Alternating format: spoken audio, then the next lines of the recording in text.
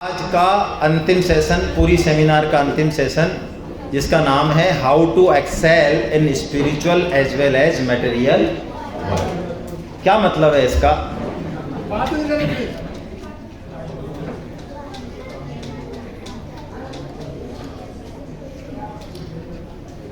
बंद कर दो बेटा गेट जाते जाते, तुम तो जा ही रही हो, गेट बंद कर जाओ, इतना इतना काम कर जाओ।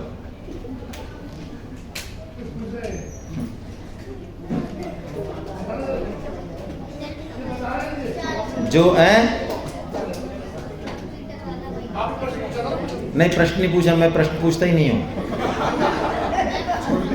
मेरे को डर लगने लग गया, वैसा भारी प्रश्न आ गया तो मेरा वो बिटिया ने उड़ा दिया मेरा बगेट। हाँ, अभी आपके प्रश्न जो है हम थोड़ा बहुत है ना अभी पूरा कर लेते हैं, पहले कोर्स फिर रखते हैं प्रश्न, है ना, बाद में जैसे हमें भागने का मौका मिलेगा, कम से कम रिजल्ट आएगा उसके बाद, पहले ये ढंग से सुनोगे तो रिजल्ट आएगा। तो हम लोग चीज़ों को पढ़ लेते हैं, सुन लेते हैं, लेकिन उसको अपने व्यवहार में लाएं, अपने काम में आए चीज़ें, ये बहुत इंपॉर्टेंट है। जैसे कहते हैं ना, हमने बहुत सारा खाया, अच्छी अच्छी बादाम खाई, काजू खाई, किशमिश खाई, लेकिन हमारी डाइजेशन पावर ठीक नहीं है। तो हमने कितना ही अच्छा खाया, लेकिन उसका बहुत ज़्यादा रिजल्ट हमारे नहीं आने वाला है। जैसे कि मैं उदाहरण दूं कि एक पर्टिकुलर कंपनी है जो कहती है कि हमारा जो प्रोटीन पाउडर है, जो कि करीब 7-8 हज़ार का आता है, वो बहुत अच्छा है, उसमें 99% प्रोटीन है ऑर्गेनिक, लेकिन हमारी डाइजेशन पावर है ही नहीं, हम 1% भी रिटेन नहीं कर पाते, 98 निकाल देते हैं बाहर। तो बताओ हमारे लिए कोई ज़्यादा मतलब का है? वो कोई मतलब का नहीं है। तो हम थोड़ा सा 5% भी रिटेन कर पाए। क्यों बात कर रहे हो बेटे बीच में? हेलो, क्यों कर रहे हो? क्या प्रॉब्लम है तुम्हें? हाँ, तुमसे पूछ रहा हूँ, क्या प्रॉब्लम है? बहुत लोग गए, देखो 5-7 जो इंटेलिजेंट लोग थे जिन्होंने 1 घंटे में सारी गीता समझ ली, वो जा चुके हैं। तुम्हारे पास भी ऑप्शन है, हम कोई यहाँ बंदिश नहीं लगा रहे, है ना। किसी के माँ बाप ने ज़बरदस्ती भेजा है, बड़ी मुश्किल से तुमने टाइम पास किया यहाँ पे, और कुछ लोग जो बहुत सिंसियरली पढ़ रहे हैं, चीज़ों को समझ रहे हैं, कम से कम उनके लिए हम अडल नहीं बने, है ना। Take your decision, if you want to go please go. तो रिटेनिंग पावर होनी चाहिए। रिटेनिंग पावर यदि आपकी अच्छी होगी तो आप 1 घंटा भी ठीक से बैठेंगे क्लास में, शास्त्र को एक श्लोक भी पढ़ेंगे तो वो आपके काम करेगा बहुत अच्छे से। उसके लिए उसमें आपको इन्वॉल्व होना पड़ेगा। तो हमने जो लास्ट सेशन रखा है उसका पर्पज़ यही है कि हमने अब तक क्या सीखा और कैसे उसको सार रूप में हम अपनी लाइफ में काम में लें। ठीक है, how to excel in spiritual as well as material world. देखिए, स्वामी जी एक बात कहते हैं बड़ी अच्छी, गीता हमको व्यवहार में परमार्थ की कला सिखाती है। क्या मतलब है इसका? इस शब्द को आपको बड़ा अटपटा लगा, लेकिन समझिए, गीता क्या सिखाती है? व्यवहार में परमार्थ की कला सिखाती है। यानी हम काम तो करेंगे घर का, ऑफिस का, अपना, और हो जाएगा भगवान का भजन हो जाएगा। ऐसी टेक्निक गीता देती है। हम नहा रहे तो, धो रहे तो, खाना खा रहे तो, सो रहे तो, ये सारा काम भी हम भजन बना सकते हैं, भगवान का भजन। कोई भगवान का भजन आधा घंटा 1 घंटा तो करेंगे ही बैठ के, लेकिन साधक जो होता है गीता का, वो 24 घंटे 24 आवर्स भजन करता है। वो क्या टेक्निक है, वो हम कैसे कर सकते, वो टेक्निक अब हम सीखने वाले हैं इसमें, जिससे कि हमारा पूरा ओरिएंटेशन अपने कैरियर पर, अपने टारगेट पे, अपने गोल पे रहे, और अल्टीमेटली हम अल्टीमेट गोल को ही टारगेट करते हैं, ये टारगेट हिट करते हुए भी। चलिए अब हम चलते हैं इस पर। देखिए, हम जब भोजन करते हैं तो एक मंत्र बोलते हैं जो कि 4.24 में लिखा हुआ है, गीता के अध्याय 4 में 24वां श्लोक है। आपके सामने मैं ला रहा हूँ एक बार, उसको ये याद होना चाहिए वैसे हम सबको, इसको आपको याद कर लेना चाहिए। जब भी आप भोजन करने बैठे, यदि मन में आप इस श्लोक को बोलेंगे तो ऐसा मान लो कि आप जो भोजन कर रहे हो वो भोजन नहीं रहेगा, वो प्रसाद हो जाएगा। प्रसाद और भोजन में क्या फ़र्क है? भोजन सिर्फ हमारी बॉडी को नरिशमेंट देता है, प्रसाद हमारी बॉडी को तो नरिशमेंट देता ही है, हमारी बुद्धि को, हमारे मन को, हमारे पूरे स्पिरिचुअल डिमांड्स को पूरा करता है। यानी आत्मा की जो खुराक है वो प्रसाद पूरी कर देता है। तो जब आत्मा ठीक हो गई तो मन, बुद्धि, अहम, सब बॉडी सब ठीक हो जाता है। ये मूल में है। तो इस प्रसाद मंत्र को हमको याद कर लेना चाहिए। क्या है देखिए, मैं बोल रहा हूँ, आप भी मेरे साथ साथ बोल सकते हैं। मैं एक एक चरण बोल रहा हूँ, इसमें होगा नहीं होगा मुझे नहीं पता। ब्रह्मार्पणम ब्रह्म हविर, ब्रह्माग्नौ ब्रह्माणाहुतम।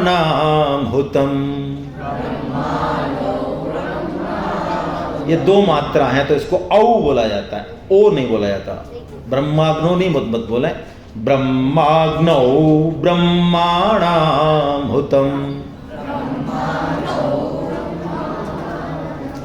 ब्रह्मैव तेन गन्तव्यम्, ब्रह्म कर्म समाधिना। मतलब क्या है इस चीज का वो हम समझें। देखो हमने एक बात पढ़ी, जो प्रश्न भी आया कि सब कुछ भगवान ही है, एक भगवान से ये पूरी सृष्टि प्रकट हुई। जैसे मान लो एक गेहूं या बाजरे का बीज है, ठीक है, या आम का ही बीज है, कुछ भी मान ले, गुठली है। उस गुठली को हम देखेंगे तो कुछ और है, वो है उसमें अंदर आम का ही पेड़। जैसे उसको धरती में गाड़ते हैं, खाद पानी देते हैं, उसमें से क्या निकलने वाला है? पेड़। और उसमें हजारों आम होंगे, हजारों गुठलियां होंगी। अब उस आम की लकड़ी से हम टेबल बना लें, कुर्सी बना लें, और कोई हमसे कहे कि ये जो कुर्सी और टेबल है ये इस आम की गुठली और ये एक ही है, तो हम मान जाएंगे क्या? नहीं मानेंगे, क्योंकि दोनों बिल्कुल ऐसे ही भगवान से ही ये संसार निकला है, भगवान में ही ये संसार रहता है, और भगवान में ही ये संसार मिलने वाला। ये हमको समझ में आए चाहे पहले भी भगवान थे, अब भी जो हैं वो सब भी भगवान ही हैं। उनके अलग अलग रूप हो सकते हैं, कोई कामी हो सकता है, कोई क्रोधी हो सकता है, कोई लोभी हो सकता है, कोई गोरा काला, 50 तरह के हो सकते हैं, अलग अलग वैरायटी हैं, लेकिन मूल में वो सब भगवान ही हैं, भगवान से ही आए और भगवान में ही जाने वाले हैं। इसी कंसेप्ट को ध्यान रखते हुए ये भोजन मंत्र है। कौन बात कर रहा है बेटा? मत करो ना, मैं डिस्टर्ब होता हूं। इसी को ध्यान में रखते हुए ये भोजन मंत्र है। इस भोजन मंत्र का देखिए हमारी सनातन संस्कृति कितनी महान है कि और कोई कुछ करे चाहे ना करे, हम गीता पढ़ें चाहे ना पढ़ें, लेकिन कम से कम भोजन तो हम सब करते हैं ना। यदि हम इसी चीज को सीख लेंगे तो हमारा भोजन क्या हो जाएगा? भजन हो जाएगा, प्रसाद हो जाएगा। क्या कंसेप्ट है, देखो क्या कह रहे हैं इस श्लोक में। श्लोक नहीं पढ़ रहा हूं मैं, छोड़ दो वो सब चीजें। भगवान कह रहे हैं कि भोजन वो भी मैं ही हूं, भोजन करने वाला जो हाथ है वो भी, और भोजन जो करने वाला है वो भी, भोजन जो अंदर ले रहा है, जो पचा रहा है वो भी, भोजन से जो एनर्जी मिलने वाली है वो भी, यानी सब कुछ मैं ही हूं। क्या मतलब है इसका? अब इसका ये तो कारण मतलब कारण भाव हो गया, इसका कार्य रूप में हम देखें। हम माता पिता की सेवा कर रहे हैं, घर में झाड़ू पोंछा लगा रहे हैं, नौकरी कर रहे हैं, कुछ भी हम जो काम कर रहे हैं वो अल्टीमेटली सबकी सेवा जो है वो भगवान की ही सेवा है। मूल में कौन है उसके? चाहे वो रूप अलग होगा, हमें नहीं दिख रहा अभी, लेकिन मूल में क्या है? तो भगवान कह रहे हैं इस भाव को यदि हम पकड़ गए, अभी तो हम समझ रहे हैं, पकड़ गए धीरे धीरे, तो हमारी हर क्रिया, जैसे भक्त क्या सोचता है कि ये शरीर भगवान का मंदिर है। अब इस मंदिर को देखो, मैंने आज ढंग से अच्छे से नहला लिया, तेल साबुन लगा लिया, इसको मैं नहलाने ले गया, फ्रेश कराने ले गया, फिर मैंने कपड़े पहना लिए, सब काम कर लिए, अब इसको मैं भोजन करा रहा हूँ, अब मैं इससे काम कर रहा हूँ, भगवान का ये कर रहा हूँ। मैं सो रहा हूँ, अब इसको मैं आराम करा देता हूँ, सुला देता हूँ, 8 घंटे सो जा। यानी अल्टीमेटली वो शरीर के भी जो काम कर रहा है वो भी अल्टीमेटली क्या कर रहा है? भगवान का भजन ही तो कर रहा है ना। तो इसमें क्या होगा, ये नीचे की लाइन पढ़िए बस, बाकी सब चीजें छोड़ो। क्रिया भेद, भाव भेद, उद्देश्य। यदि हम इस कंसेप्ट को समझ गए तो हमारी क्रियाएं अलग अलग हो सकती हैं। हो सकता है हमको कोई ऐसा काम मिला हो, जैसे रैदास जी हैं, रैदास भगत क्या करते हैं? वो जूते गांठने का काम करते हैं। बहुत बड़े भक्त के लिए क्या गांठते हैं? जूतियां गांठते हैं, लेकिन वो जूतियां गांठने को भगवान का काम मानते हैं, इसलिए वो छोड़ते नहीं हैं। कबीर जी क्या करते हैं? वो कपड़ा बुनते हैं, लेकिन वो पूरी भगवान को प्राप्त कर चुके हैं, कई बार दर्शन कर चुके होते हैं, लेकिन फिर भी वो कपड़ा बुनने का काम छोड़, क्योंकि वो कहते हैं कि मैं भगवान की तो पूजा कर रहा हूं, चाहे कपड़ा बुन के करूं, चाहे मंदिर, कोई भी काम करें, तो क्रियाएं अलग अलग होंगी लेकिन हमारा उद्देश्य एक हो जाएगा। इस बात को पकड़िए, फिर आपको बिल्कुल आनंद आएगा। अब आप सोचिए, मैं जो कुछ करने वाली हूं या करने वाला हूं आने वाले दिनों में, वो मैं अपने तरीके से एक भगवान की सेवा कर रही हूँ, भगवान का भजन ही कर रही हूँ। इस भाव में जैसे जैसे हम गहरे होते जाएंगे, हमारा हर काम, हर क्रिया भगवान का भजन ही होने, और जब भी इस बात को भूल जाए तो भगवान को आवाज लगा दें, हे नाथ मैं केवल, आप कृपा करो कि मैं आपको। और बच्चों से तो भगवान खुश रहते हैं, बच्चे तो कह सकते हैं प्रभु ऐसा है मेरे को याद नहीं रहता, मैं तुम्हारी ड्यूटी लगाता हूँ, तुम मुझे याद रखना है। ऐसे बच्चे कहते ना, ऐसा है मम्मी मेरे को 3 बजे जगा देना कल। अब मम्मी बेचारी लग रही है, अलार्म भर रही है, सो रही है, उठा रही, जगा रही है।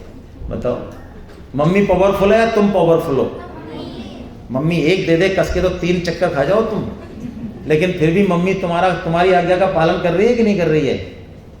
कर रही है। अरे 3 बजे उठ के जगा रही है ना, तो क्यों जगा रही है? क्योंकि मम्मी आपसे प्रेम करती है, प्यार करती है। तो मम्मी जितना प्रेम करती है उससे हजारों लाखों गुना भगवान हमसे प्रेम करते हैं।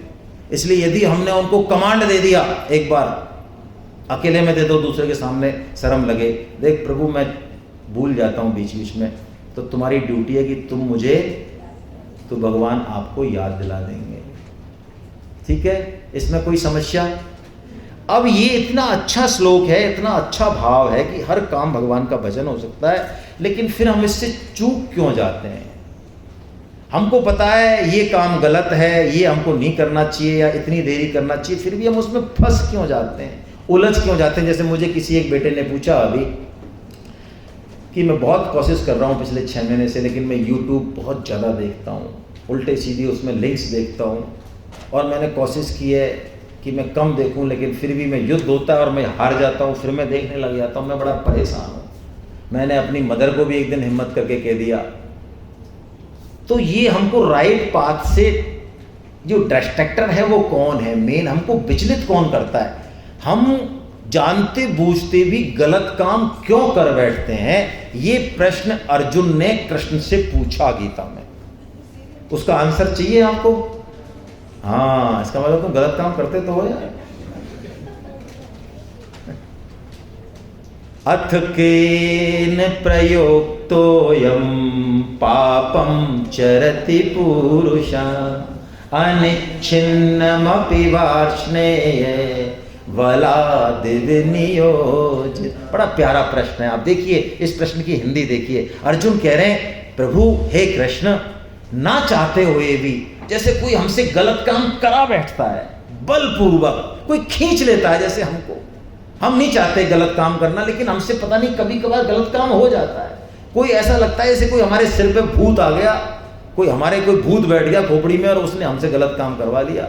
तो कृष्ण कहते हैं बेटा मैं उस भूत का नाम भी बताऊंगा और ट्रीटमेंट भी करूंगा, तेरा चिंता मत कर। उस भूत का ट्रीटमेंट भी बता रहे हैं भगवान, नाम भी बता रहे हैं। वो भूत है कौन जो हमसे गलत काम करा लेता है? तो देखिए, अपनी पोजीशन, अपनी अथॉरिटी, अपने लक्ष्य को न पहचान के सिर्फ दूसरों की देखा देखी, इग्नोरेंस में उल्टी सीधी कामना करना, मेरे को ये चाहिए, मैं ऐसा कर लूँ, मैं वैसा कर लूँ, अज्ञानवश जो भी हम चाहते हैं ना, आलतू फालतू की जो कामनाएं करते हैं, इच्छाएं करते हैं, उसका राइट ट्रैक पालन नहीं करते। जिस ट्रैक से वो मिलनी है उसमें जो तप त्याग है वो नहीं करना चाहते, हम बस फ्रूट पे कब्जा करना चाहते हैं। ये जो लालसा है, ये जो भावना है, ये जो कामना है, भगवान कहते हैं ये सभी पापों की जड़ है।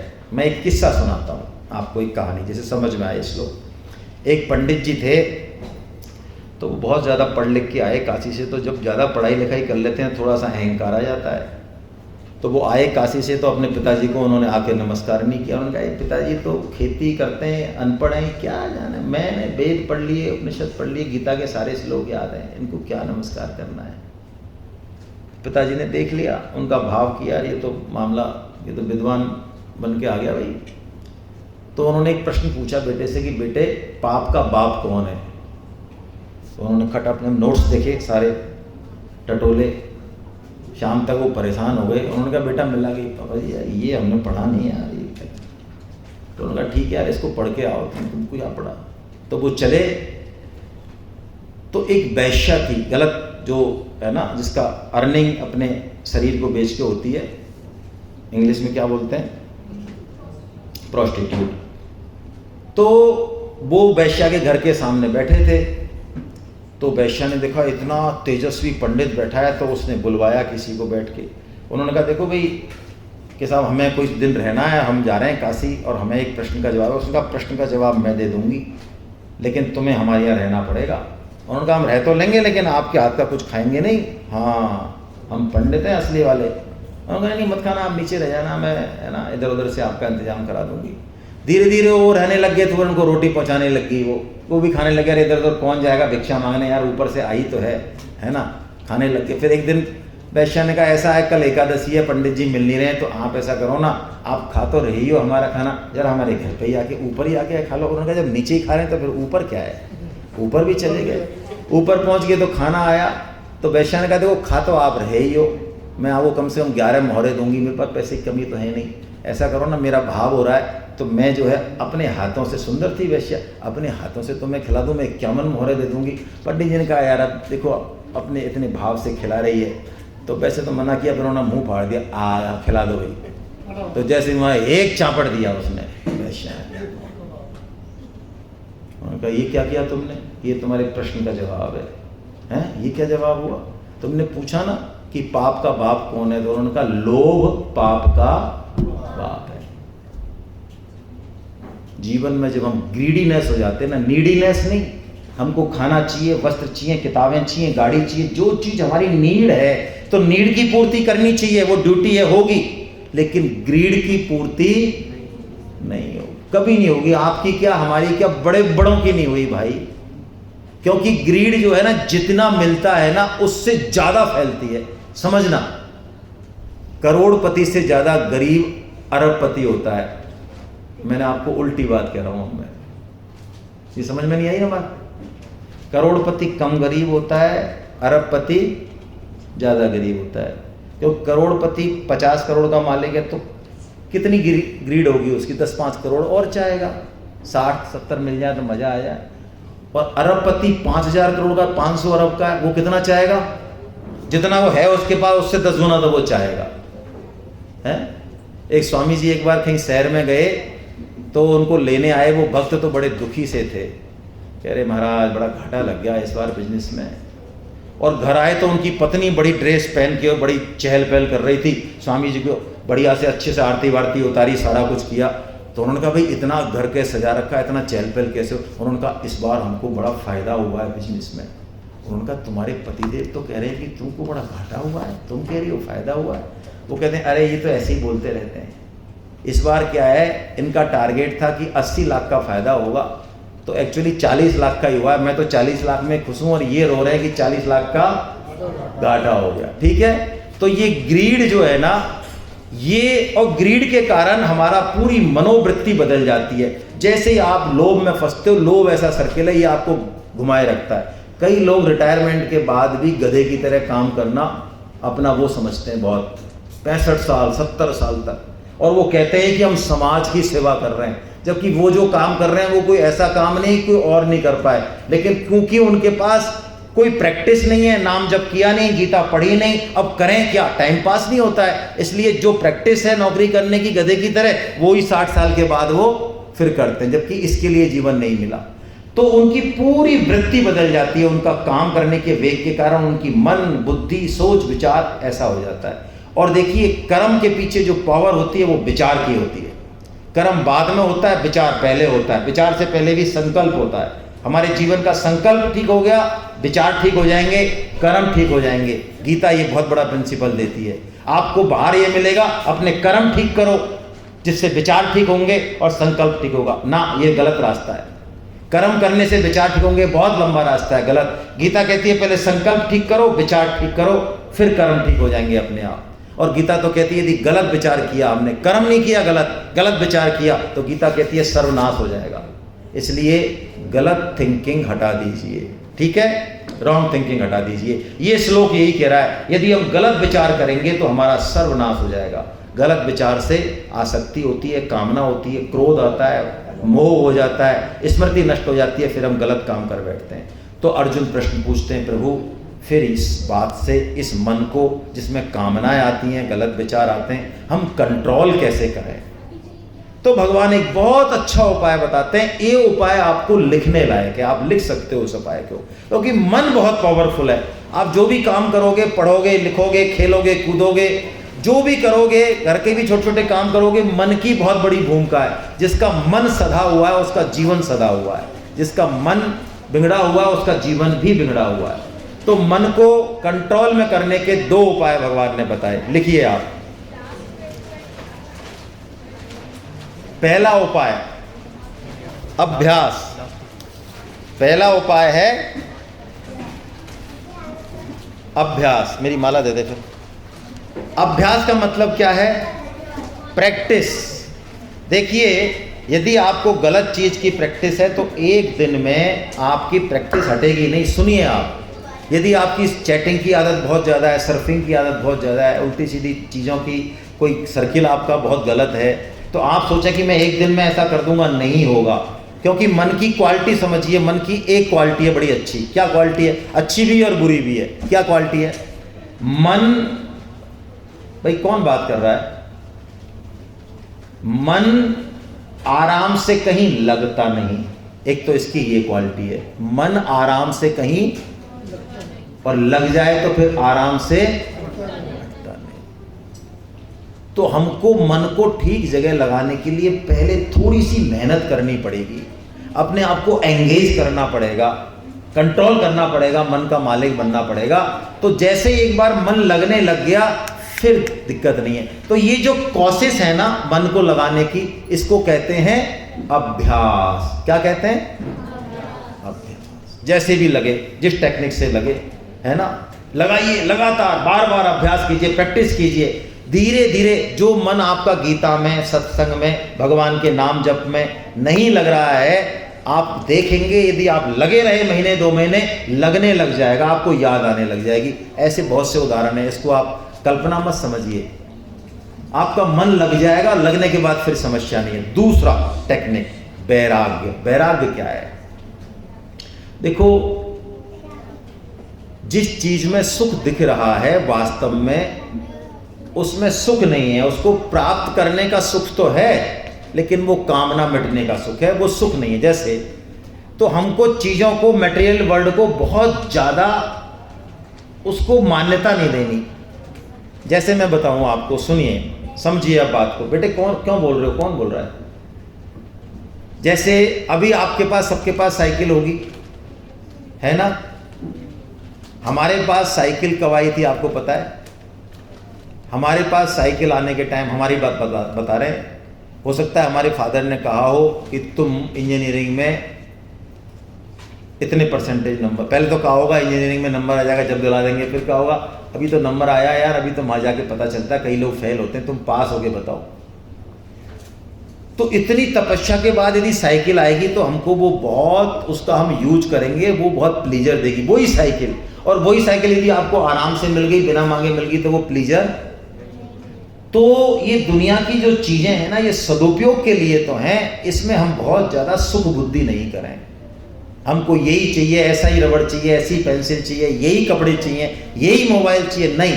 उसकी यूटिलिटी देखिए, उसका गोल, उसका पर्पस देखिए, उसमें बहुत ज़्यादा इन्वॉल्व मत होइए। क्यों मत होइए? क्योंकि यदि आप इधर इन्वॉल्व हो गए तो आपका मन डिस्ट्रैक्टेड हो जाएगा, राइट पाथ से चला जाएगा। बाद में होइए जब आपको सारी चीज़ें पता चल जाएं। अभी उम्र के साथ थोड़ा सुनिए, शास्त्र की सुनिए, माता पिता की सुनिए। वैराग्य का मतलब है बहुत ज़्यादा लालसा नहीं होनी चाहिए इन चीज़ों की, अपने आप को थोड़ा सा खींचिए वहाँ से, मन से। ये वैराग्य है। ये 2 चीज़ें आप करेंगे, आपको बड़ा अच्छा लगेगा, ठीक है। एक तीसरी चीज बड़ी इंपॉर्टेंट, सब अपने लिए काम करते हैं, लेकिन भगवान के लिए और भगवान के जन के लिए काम करना ये बहुत ऊंची बात है। थोड़ा सा उदार बनिए, इतना संकुचित मत बनिए अभी से ही। हो सकता है घर में आपका माहौल हो, उदार हो, संकुचित हो, मुझे नहीं पता, लेकिन आप ये बात सोचिए कि यदि हमने किसी की हेल्प की, बदले में कुछ नहीं चाहा, तो वो जो आप हेल्प करते हैं बिना कुछ चाह के करेंगे तो इतना इफेक्टिव नहीं होगा। बिना कुछ चाहे यदि आप हेल्प करेंगे तो वो चीज़, उसका जो रिटर्न आता है ना, वो आपके मन और बुद्धि को प्योरीफाई कर देता है। एक अलग तरह की शांति, एक अलग तरह का लेवल देता है आपको। जिसने लेने का ही सुख जाना है अभी, वो बहुत क्षुद्र है, तुच्छ है वो। मैं रिपीट कर रहा हूं अपनी बात। आप कोई चीज मिल जाए, उसका जो सुख होता है, आपने यदि वही जाना है अभी, तो अभी आपने कुछ नहीं जाना। यदि आपने देने का सुख जान लिया, कोई चीज मेरे से ज्यादा उसके काम की और मैं देने की पोजीशन में हूं, तो देने के बाद उसका जो सेटिस्फैक्शन है, उसका जो आपको सुख मिलेगा, वो बहुत हायर है। तो हायर सुख को लेने की आदत डालिए। और दूसरों का भला सबसे ज्यादा क्या है? सबसे ज्यादा भला है दूसरों का कि हम, जो हमारा फ्रेंड सर्किल है, हमारे भाई हैं, यदि पहले तो हम समझें, उसके बाद उनको येन केन प्रकारेण भगवत गीता में लगाएं। आप यहाँ से जाएं, अपने दोस्तों को बताएं कि भाई भगवत गीता का कैंप, सेमिनार जरूर अटेंड करनी चाहिए। नहीं कर पाए, किताब पढ़िए, यूट्यूब पे सर्च करिए, कोई और चीज़ पढ़िए, लेकिन भगवत गीता को जीवन में लाइए। यदि आपकी एक बंदा भी बात सुन लेगा और वो भगवत गीता की तरफ मुड़ गया, तो आप मान लीजिए उसका पूरा जीवन जो है ना, वो शेपअप हो जाएगा, उसकी रॉयल्टी आपको मिलेगी। और ये काम भगवान को सबसे ज़्यादा प्रिय है। हम लोग जो ये काम करते हैं, हम यहाँ पे कोई पैसा नहीं लेते। पता है, आपको भी कहना नहीं चाहिए, लेकिन कह देना चाहिए। 500 रुपये लिए आपसे, मेरे ख्याल से यहाँ का इंतजाम, यहाँ का खाना पीना और जो आपको दिया गया किट वगैरह, वो शायद 500 रुपये से कम है या ज़्यादा है? ज़्यादा ही है। इसका मतलब इस प्रोग्राम को जो भी ऑर्गेनाइज कर रहे हैं, उनका उद्देश्य आपसे पैसा लेना नहीं है, नहीं है ना? तो क्या उद्देश्य है फिर उनका?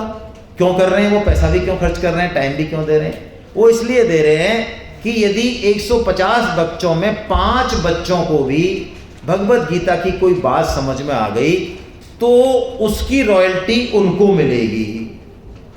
वो भगवान को सबसे ज्यादा प्रिय हैं जो ये काम करते हैं। इसलिए आप चाहे 2 ही लोगों को कहें, 3 ही लोगों को कहें, 1 ही को कहें, जितनी कैपेसिटी है, जब भी मौका मिले जरूर कहें। ये भगवान का सबसे प्रिय कार्य है। और जब भगवान प्रसन्न होते हैं इससे, और भगवान प्रसन्न हो जाते हैं, तो वो आपकी हर जगह हेल्प करेंगे, ऐसे हेल्प करेंगे, ऐसे। हालांकि ये बात आप कॉपी मत करना, लेकिन मैं आपको बताता हूँ। एक बच्ची जिसको मैं जानता हूँ, कोटा की, वो दीक्षित है, भगवान का भजन भी करती है, गीता भी पढ़ती है। जब वो IIT की तैयारी कर रही थी, अच्छी तैयारी करी उसने, लेकिन पेपर से पहले 1-2 दिन पहले पता नहीं थोड़ा सा उसको साइकोलॉजिकल प्रॉब्लम हो गई, लेकिन उसका IIT में सिलेक्शन हो गया। और जब उसने पेपर देके बताया, तो उसने कहा कि मुझे नहीं पता, कि मुझे कुछ भी याद नहीं आया, मुझे नहीं पता मैंने क्या लिखा है।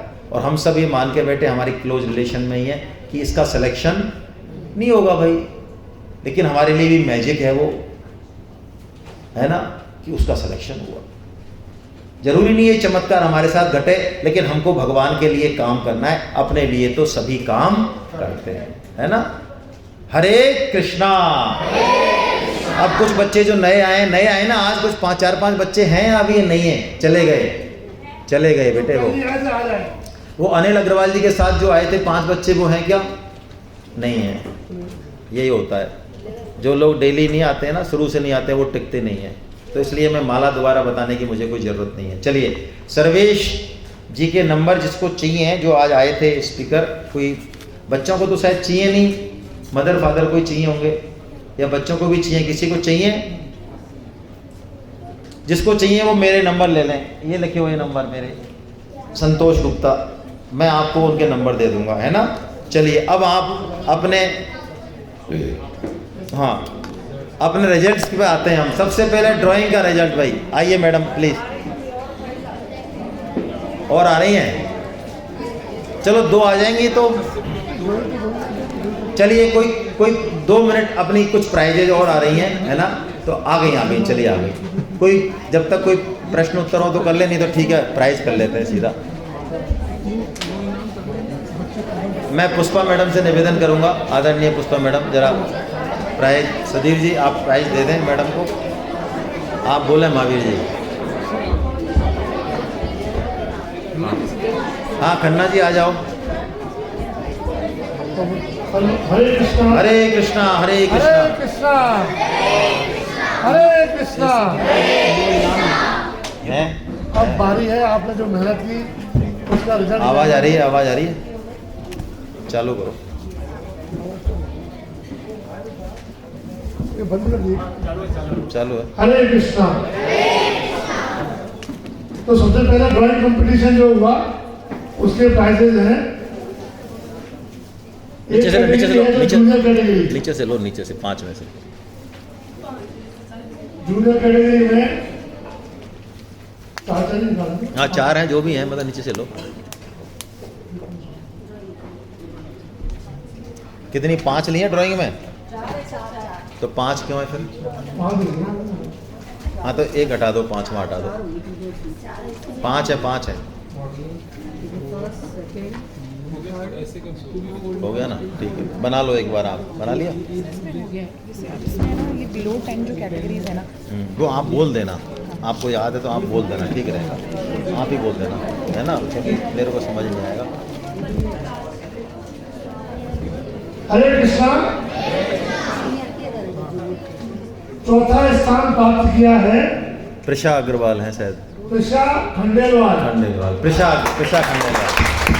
एक टेनियर क्लास 5। ड्राइंग दिखाओ, इनकी ड्राइंग दिखाओ, सबको मेरे को देते जाओ। ये ड्राइंग है भाई, है ना? यही है ना? पड़ोसी की तो नहीं?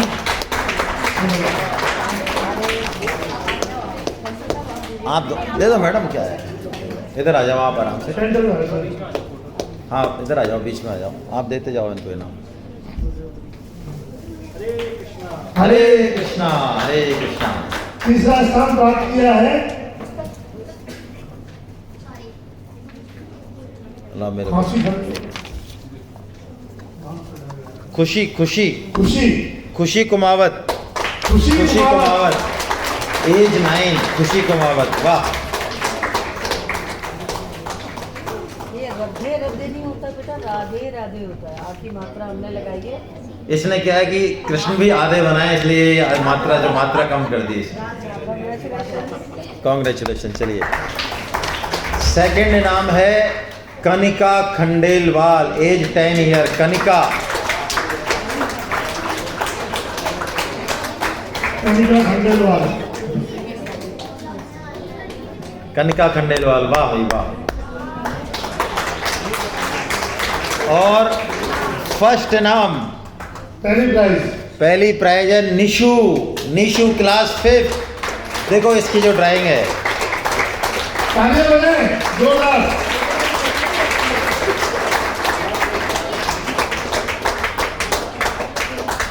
चलिए ये जूनियर का हो गया। अब सीनियर बच्चों की ड्राइंग्स और भी अच्छी हैं। सीनियर में जो चौथा नंबर है, चौथा नंबर है, इनका नाम है दर्शन सिंगल। दर्शन सिंगल, एज 14। दर्शना दर्शना दर्शना सिंगल। दर्शना सिंगल, वाह बहुत।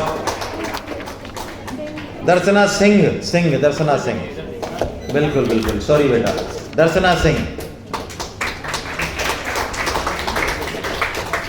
है गौरव गोयल, नहीं ये है गुनगुन व्यास। गुनगुन व्यास। ये बीटेक है सेकंड ईयर की, गुनगुन व्यास। बहुत बढ़िया उन्होंने बताया है, गुनगुन व्यास। अच्छा उनकी मदर है तो आप आ जाएं, कोई बात नहीं।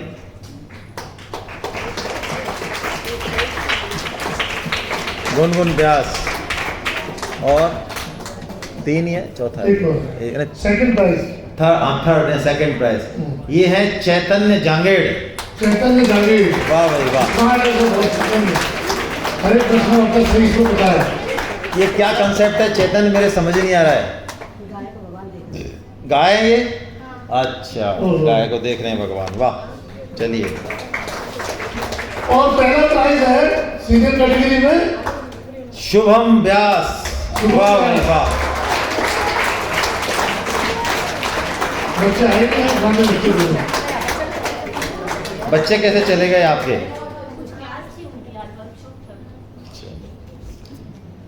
शुभम व्यास।